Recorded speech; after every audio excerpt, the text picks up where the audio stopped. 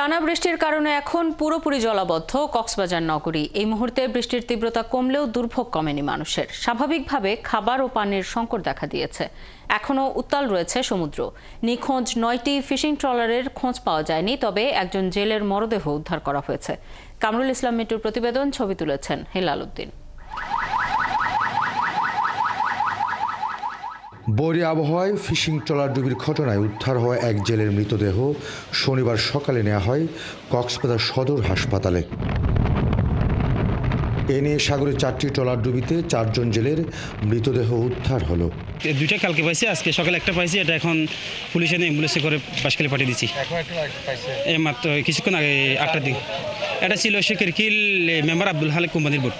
বেশি তখন নষ্ট হয়ে গেছে, আমরা তার গাড়ি দেওয়া সম্ভব নয়, তখন আমরা এদিকে সোজা সরা তুলে দিয়েছি। এদিকে বৃষ্টি ধীরে ধীরে কমলেও দুর্ভোগ বাড়ছে নিম্নাঞ্চলে। কোনো কোনো এলাকা থেকে পানি নেমেও যাচ্ছে, তবে নিম্নাঞ্চলের বেশিরভাগ এলাকা এখনও জলাবদ্ধ।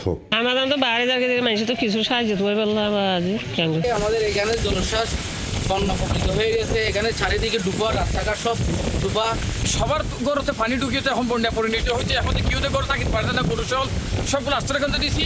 জনপ্রতিনিধিদের দাবি, দুর্গত এলাকার লোকজন প্রশাসনের কোনো সহায়তা পাচ্ছেন না। যেসব মানুষ গত কালকে থেকে না খেয়ে আছে, তাদের কাছে খাদ্য সামগ্রী এবং সুপেয় পানি পৌঁছে দেওয়ার জন্য আমরা প্রশাসনের কাছে জোর দাবি জানাচ্ছি। ব্যাপক ক্ষয়ক্ষতি হয়েছে, কাটিয়ে উঠতে আমাদের অনেক দিন লেগে যাবে। এদিকে আবহাওয়া অফিস বলছে কক্সবাজারে দুর্যোগপূর্ণ আবহাওয়া থাকবে আরও কয়েকদিন। কামরুল ইসলাম মিন্টু, 71, কক্সবাজার।